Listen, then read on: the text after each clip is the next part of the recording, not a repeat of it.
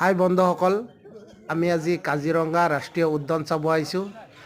আমি লখিমপুৰৰ পৰা 6টা বজাত ওলাইছোঁ। ইয়াত আমি 11টা বজাত আহি পাইছোঁ। কিন্তু প্ৰথম 10টা বজাতে একবাৰ ইয়াত জীপ চাফাৰী লৈ ৰাষ্ট্ৰীয় উদ্যানখন জীৱ জন্তু দেখুৱায়, কিন্তু আমাৰ অহাত দেৰি হৈ গ'ল।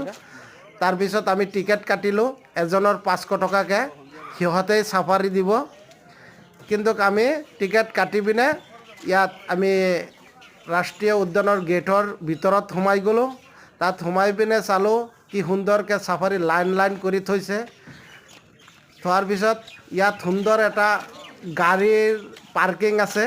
ইয়াত চাওক কিমান সুন্দৰ এটা পৰিৱেশ, গাড়ীৰ পাৰ্কিং। আমি আমাৰ গাড়ীখন ভিতৰত পাৰ্কিঙত থলোঁ।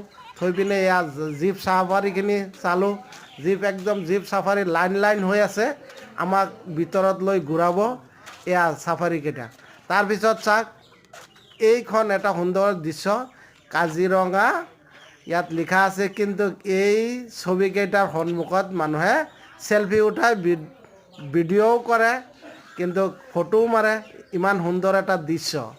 এয়া গড়ৰ দৃশ্য, হাতী, বাঘ এইকেইটা।